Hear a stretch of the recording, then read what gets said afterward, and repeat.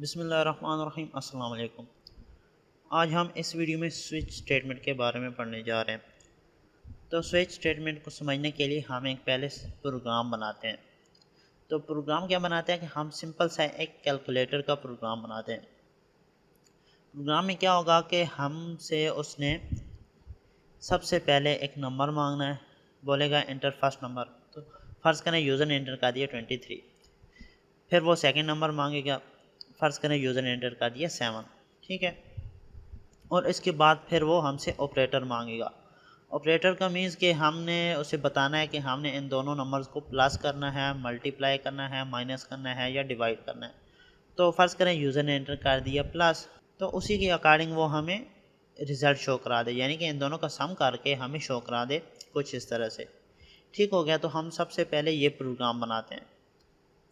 तो सबसे पहले हमने दो मेमोरी ब्लॉक्स बनाए इंटीजर टाइप के और एक मेमोरी ब्लॉक बनाया जार टाइप का। इंटीजर टाइप के मेमोरी ब्लॉक्स का नाम हमने रख दिया num1 और num2, और चार टाइप का जो मेमोरी ब्लॉक बनाया उसका नाम हमने रख दिया ओपी यानी कि ऑपरेटर। बैकएंड पे कुछ मेमोरी ब्लॉक बन गए इस तरह से। ठीक है। तो हमने सबसे पहले मैसेज डिस्प्ले कराया कि इंटर टू नंबर्स। यहाँ पर चूँकि जगह कम है तो इसलिए हमने यहाँ पर डायरेक्टली एक ही लाइन में दोनों में इनपुट ले लिए। तो इस तरह से हमें डिस्प्ले कराएगा और फिर हमने सी इन के साथ दोनों मेमोरी ब्लॉक्स का नाम लिख दिया। हम सी इन के साथ इस तरह से दो मेमोरी ब्लॉक में एक साथ इनपुट ले सकते हैं। तो सबसे पहले इनपुट उसी मेमोरी ब्लॉक में जाती है जिसका नाम पहले लिखा होता है। तो सबसे पहले num1 में इनपुट जाएगी। फ़र्ज़ करें यूज़र ने पहले इंटर किया 23 इंटर किया तो वो पहले num1 में जाएगा। फिर उसने इंटर किया 7 इंटर किया तो वो num2 में जाएगा। तो वो 7 num2 में स्टोर हो गया। ठीक है। इसके बाद हमने डिस्प्ले कराया इंटर ऑपरेटर। ये मैसेज डिस्प्ले कराया तो यूज़र ने फ़र्ज़ करें कि इंटर कर दिया प्लस। ठीक हो गया। तो अब हम कंडीशन लगाते हैं। कंडीशन हम इफ़ एल्स इफ़ के साथ यूज़ करेंगे। ठीक है। इसको यूज़ करके हम कंडीशन लगाएंगे। तो इसकी कंडीशन क्या लगाएंगे कि हम सिंपल चेक करेंगे कुछ इस तरह से कि if operator is equal two plus. यहाँ पर हम एज ए करेक्टर ट्रीट कर रहे हैं। हमने सबसे पहले बात की थी कि कीबोर्ड पर आपके कीबोर्ड पर जो भी चीज़ है वो एक न एक करेक्टर है। ठीक है। तो हम जब एज ए करेक्टर किसी चीज़ को ट्रीट कर रहे होते हैं तो हम उसको सिंगल कोट्स के अंदर लिखते हैं। तो यहाँ पर हमने ऐसे सिंगल कोट्स के अंदर लिखा है। ठीक है। यहाँ पर हमने कंपेयर किया कि F operator is equal two plus, तो फिर हमें सम करके डिस्प्ले करा दे। इसी तरह से हमने माइनस का रिज़ल्ट डिस्प्ले कराया, फिर मल्टीप्लाई और फिर डिवाइड। अगर इनमें से यूज़र कोई भी ऑपरेटर इनपुट नहीं करता तो हमने एल्स का केस यूज़ किया है। एल्स में हमने क्या डिस्प्ले कराया कि इनवैलिड ऑपरेटर। ठीक है। अगर इनमें से कोई भी ऑपरेटर यूज़र इंटर नहीं करता तो हमने डिस्प्ले करा देना है इनवैलिड ऑपरेटर। तो इस तरह से हमने ये कंडीशन यूज़ कर ली। ठीक है, हो गया। तो अब हम आते हैं स्विच स्टेटमेंट की तरफ। आपने एक बात ज़हन में रखनी है कि स्विच स्टेटमेंट हम तभी यूज़ करेंगे जब हम इक्वलिटी चेक कर रहे होंगे। किस तरह के, अब आप देखें हम यहाँ पर चेक कर रहे हैं कि ओपी यानी कि ऑपरेटर नाम का जो मेमोरी ब्लॉक है वो प्लस के इक्वल है या नहीं। ठीक है। हम यहाँ पर इक्वल चेक कर रहे हैं। हम यहाँ पर ये नहीं चेक कर रहे कि ग्रेटर देन है, लेस देन है या नॉट इक्वल है, इस तरह नहीं। अगर आपने इक्वल का ऑपरेटर यूज़ करना है, इन शॉर्ट अगर हम कहें तो, ठीक है, तो तब हम स्विच स्टेटमेंट यूज़ करेंगे। ठीक हो गया। We can use switch statement if we have to check equality. ठीक हो गया। जब आपने सिर्फ इक्वल चेक करना है, हम स्विच स्टेटमेंट में कंपैरिजन नहीं कर सकते। कंपैरिजन का मतलब कि इक्वल के अलावा हम कोई और कंडीशन नहीं यूज़ कर सकते, हम सिर्फ इक्वल ही चेक कर सकते हैं। तो सबसे पहले इसका सिंटैक्स देख लेते हैं कि स्विच स्टेटमेंट का सिंटैक्स क्या है। सिंटैक्स ये है कि सबसे पहले आप लिखेंगे कीवर्ड स्विच। ठीक है। ये एक कीवर्ड है तो ये स्मॉल केस में होगा। इसके बाद पैरेंथेसिस। पैरेंथेसिस के अंदर वो वैल्यू जो आपने कंपेयर करनी है। ठीक हो गया। यहाँ पर आपने और करना है कि वो वैल्यू जो आपने कंपेयर करनी है, जिससे कंपेयर करनी है वो नहीं, जो वैल्यू आपने कंपेयर करनी है किसी दूसरे के साथ वो आपने यहाँ पर लिखनी है। इस तरह के फॉर एग्ज़ाम्पल हम आप पीछे देखें तो हम कंपेयर कर रहे हैं ओपी नाम के मेमोरी ब्लॉक को, ऑपरेटर को। ठीक है। तो हम जो कंपेयर कर रहे हैं वो हम यहाँ पे पैरेंथेसिस के अंदर लिखेंगे, यानी कि हम लिखेंगे ओपी इसके अंदर। इसके बाद अब आप नेक्स्ट मूव करें तो हमने इसके अंदर लिखना है केस। ठीक है। केस भी एक कीवर्ड है और इसको भी हम स्मॉल केस लेटर में लिखेंगे। ठीक हो गया। इसके बाद केस के बिल्कुल सामने आप वो वैल्यू लिखेंगे जिसके साथ आपने कंपेयर करना है। जिसके साथ मतलब हम ऑपरेटर को कंपेयर कर रहे थे, पीछे हम ऑपरेटर को कंपेयर कर रहे थे प्लस के साथ, ठीक हो गया। तो यहाँ पर हम लिखेंगे प्लस, कुछ इस तरह से। तो उसके बाद आप यूज़ करेंगे कॉलन, सेमी कॉलन नहीं कॉलन। तो ये क्या हमें आइडेंटिफाई करता है, ये हमें ये शो कर रहा है कि ये एक लेबल होगा, ठीक हो गया। जो आप यहाँ पर वैल्यू लिख रहे हैं ये लेबल बन जाएगा, ये एक लेबल होगा। और उसके बाद आपने लिखना है ब्रेक, ठीक हो गया। ब्रेक क्या करता है, ये कंट्रोल को बाहर मूव करने के लिए यूज़ होता है। तो हम पॉइंट्स डिस्कस करते हैं इसके कुछ और भी। तो यहाँ पर आप वो वैल्यू लिखेंगे जो आपने कंपेयर करनी है। तो आपने ये बात ध्यान में रखनी है कि हम इफ़ में सिर्फ ट्रू या फॉल्स लिख सकते थे, लेकिन यहाँ पर आप स्विच के केस में कोई भी वैल्यू लिख सकते हैं सिवाय फ्लोटिंग पॉइंट नंबर्स के, ठीक हो गया, इस पैरेंथेसिस के अंदर, इनके अंदर। इसके बाद केस के बाद यानी कि जो लेबल आप बना रहे होंगे उसमें भी आप फ्लोटिंग पॉइंट नंबर्स को छोड़कर कुछ भी लिख सकते हैं, और वेरिएबल के अलावा, ठीक है, वेरिएबल और फ्लोटिंग पॉइंट नंबर्स को छोड़कर आप यहाँ पर कुछ लिख सकते हैं, कुछ भी लिख सकते हैं, ठीक हो गया। ब्रेक क्या है, ये वही बात है कि ये एग्जीक्यूशन को स्टॉप करता है स्विच की। तो अब हम इसी, अगर जो हमने प्रोग्राम पीछे डिस्कस किया है इसको अब हम स्विच के साथ सॉल्व करेंगे, तो वो किस तरह होगा ये हम देखते हैं। तो वही प्रोग्राम हमने लिख लिया है, हमने 3 मेमोरी ब्लॉक बनाए, ठीक हो गया, इनमें इनपुट ले ली, यहाँ तक तो बिल्कुल सेम है। इसके बाद अब आप देखें तो हमने यहाँ पर स्विच यूज़ किया। तो स्विच में हमने ऑपरेटर लिखा है पैरेंथेसिस के अंदर, ऑपरेटर नाम का जो मेमोरी ब्लॉक है, ठीक हो गया। इसके बाद हमने कंपेयर किया है, केस यूज़ किया है, और उसके साथ हमने कंपेयर किया है प्लस को, ठीक है। आप यही कह लें कि केस का मतलब यही इक्वल ऑपरेटर है, ठीक हो गया। हम यही चेक कर रहे हैं कि इसमें जो पड़ा है वो इक्वल है इसके या नहीं, ठीक हो गया। आप इन शॉर्ट ये कह लें कि केस का मतलब इक्वल का ऑपरेटर है, ठीक हो गया।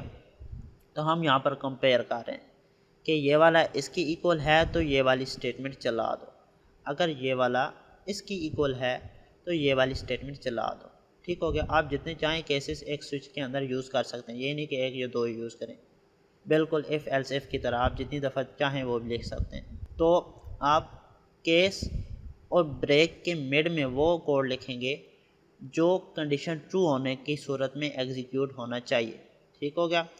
ब्रेक ऐसा ना हो कि केस के बाद आप फ़ौरन ब्रेक लिखें और ब्रेक के बाद वो वाला कोड लिख रहे हो जो आपने एग्जीक्यूट करना है इस कंडीशन की ट्रू होने पे। अब आप देखें, अगर आप हम फ़र्ज़ करें यूज़र इंटर कर रहा है मल्टीप्लाई का सिंबल, तो मल्टीप्लाई के केस में क्या होना है कि हमने दो नंबर्स को मल्टीप्लाई करना है, मल्टीप्लाई किया और उसके बाद हमने ब्रेक का केस यूज़ किया, ब्रेक स्टेटमेंट यूज़ की, ठीक हो गया। अगर हम इस तरह करते कि इस केस के बाद फ़ौरन ब्रेक लिखते और ब्रेक के बाद वो वाला कोड लिखते जो इस केस के ट्रू होने पे ये वाला चलना चाहिए था, इस तरह नहीं होगा। अगर आप इस तरह लिखेंगे तो कंट्रोल डायरेक्टली बाय रिमूव कर जाएगा, ये वाला कोड कभी भी नहीं चलेगा।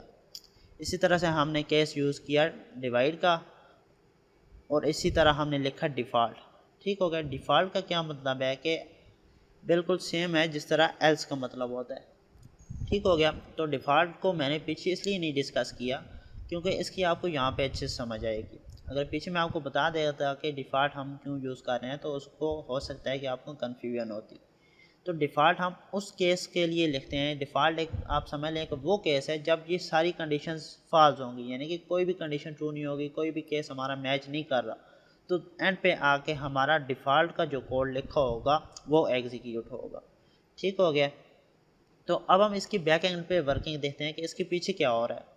तो इसके पीछे जब आप बनाते हैं ना इस तरह का स्विच, तो आपने लिखा है यहाँ पे ऑपरेटर। तो सबसे बैक एंड पे ये जो केसेस आपने लिखे हैं, ये जो लेबल्स बनाए हैं, इसका एक टेबल बनता है जिसको जंपिंग टेबल कहते हैं, ठीक है। तो इन सारे केसेस का, इस डिफ़ॉल्ट को इंक्लूड करके सारे केसेस का हमारा एक जंपिंग टेबल बनेगा बैक एंड पे, कुछ इस तरह से, ठीक हो गया। कुछ इस तरह से हमारा जंपिंग टेबल बन जाएगा बैक एंड पे। तो जब कंपैरिजन होता है तो सबसे पहले कंट्रोल यहाँ से डायरेक्टली इस जंपिंग टेबल पे मूव करेगा, ठीक है, कुछ इस तरह से। मैं इसको यहाँ से अब रिमूव करके बताता हूँ। तो हमारा कंट्रोल जंपिंग टेबल पे मूव करेगा कुछ इस तरह से, और उसमें ये जो केसेस हैं ना सारे, उनका सिंबल के सामने यानी कि केस के बिल्कुल सामने जो लेबल बनाया होगा उनका एड्रेस होता है, उसी एड्रेस के बिना पे जंपिंग करता है ये डायरेक्टली। तो अब हमारा क्या होगा कि हमने फ़र्ज़ करें यहाँ पर एंटर किया हुआ था यूज़र ने हमारा प्लस, तो यहाँ से हमारा कंट्रोल मूव हुआ और उसने जंपिंग टेबल में जाकर देखा कि हमारा कोई प्लस का लेबल बना हुआ है कि नहीं। ठीक हो गया, तो हमारा इस जंपिंग टेबल में प्लस का लेबल बना हुआ है और उसका एड्रेस क्या है। ठीक है, एड्रेस हमने ये अज्यूम किए हुए हैं, इससे असल में इनका एड्रेस कुछ और होगा। तो यहाँ पे मूव करने के बाद वो देखेगा कि इसका एड्रेस क्या है, तो यहाँ पर एड्रेस है A121। ठीक है, तो अच्छा यहाँ पर इस तरह चेक करेगा, जी जी हमें सिंबल फाउंड हो गया, अब आप इस एड्रेस पे मूव कर जाओ। तो ये डायरेक्टली उसी लाइन पे जंप कर जाएगा जिस लाइन का ये वाला एड्रेस होगा। तो हमारी इस लाइन का ये एड्रेस है, तो कंट्रोल हमारा यहाँ से इधर मूव कर आया। ठीक हो गया, ये वाला डायरेक्टली इस केस पे आया, इस केस पे आने के बाद ये वाली स्टेटमेंट हमें एग्जीक्यूट कर देगा। अच्छा, इस तरह मूव करने के बाद क्या होगा कि execute all statements until break statement is found, यानी कि आप इस लाइन पे मूव कर गए हो, इस एड्रेस पे जंप कर गए हो, इस एड्रेस पे जंप कर दिया। ठीक हो गया, अब तमाम इसके नीचे जो स्टेटमेंट्स हैं वो एग्जीक्यूट करो जब तक आपको ब्रेक स्टेटमेंट नहीं मिल जाती।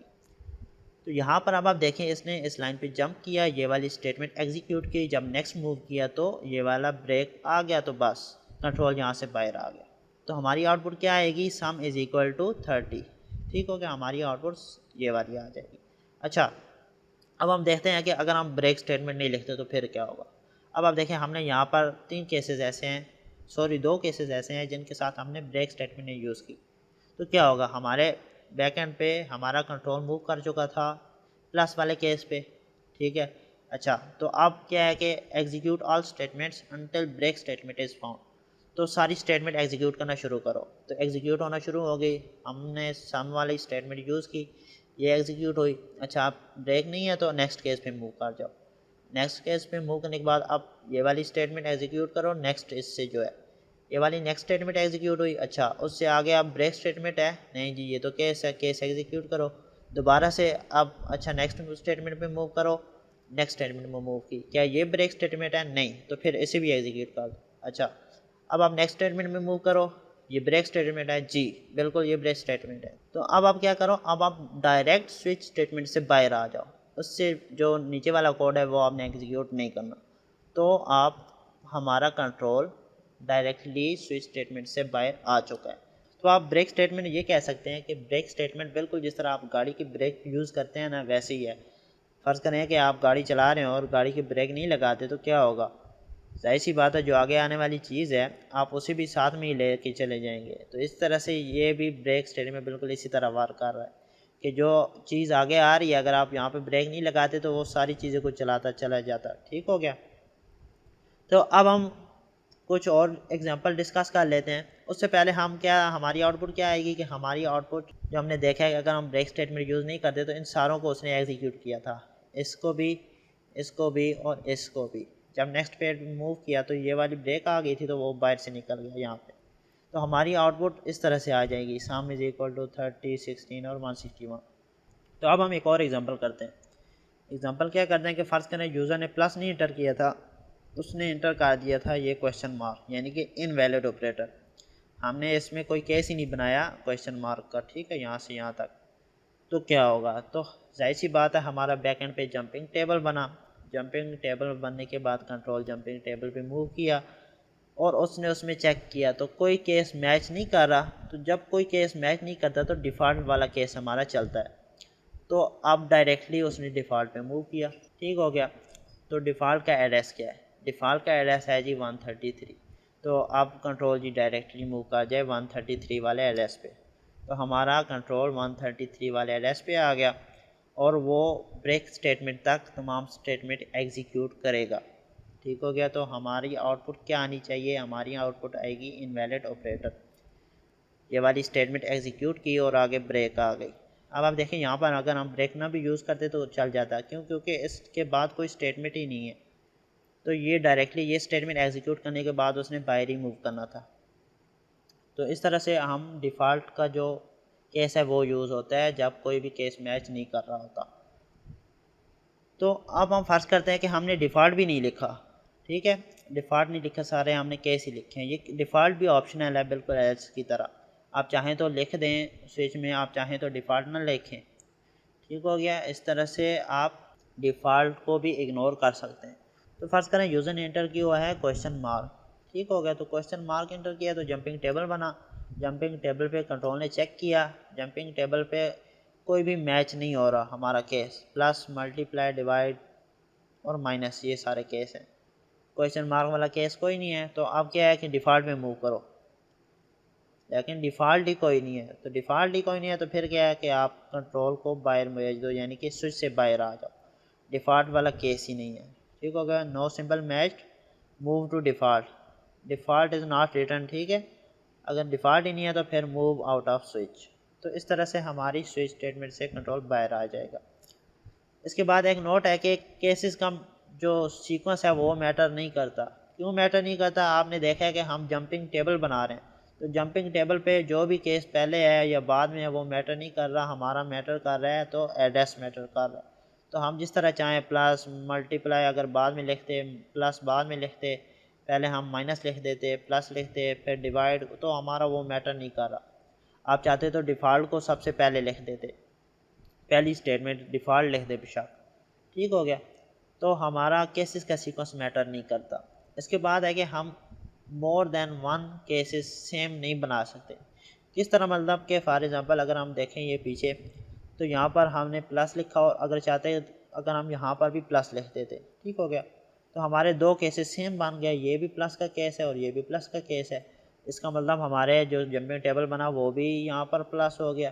तो अब आप देखें यहाँ पर प्लस आ गया, तो हमारा कंपाइलर कंफ्यूज होगा कि अगर इस तरह से कोई सिचुएशन आ जाती है तो वो कौन से एड्रेस पे मूव करे। तो इस तरह से जब आप लिखेंगे तो कंपाइलर हमें डायरेक्टली एरर ही दे देगा, ठीक हो गया, आपका प्रोग्राम ही नहीं चलेगा। तो ये था स्विच स्टेटमेंट।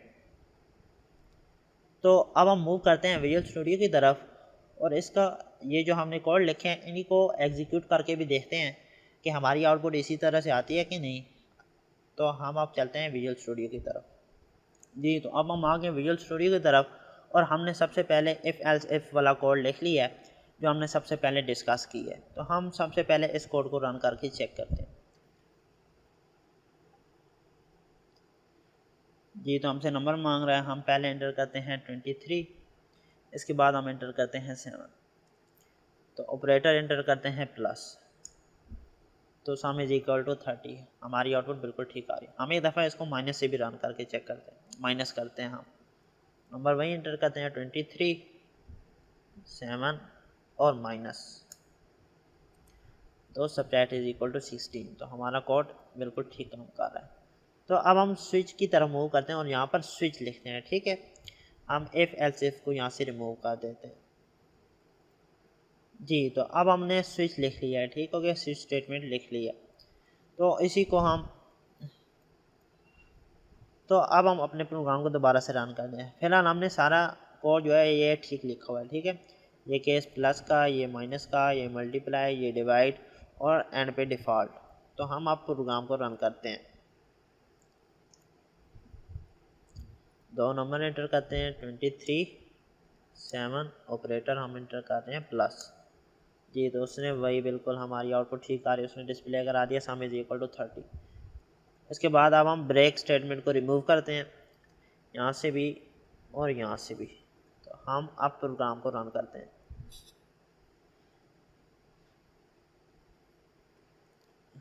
प्रोग्राम को रन करते हैं, नंबर वही एंटर कर रहे हैं 23, 7 और प्लस। जी, तो अब आप देखें उसने सारी स्टेटमेंट्स चला दी। Sum is equal to 30, subtract is equal to 16, multiply is equal to 161।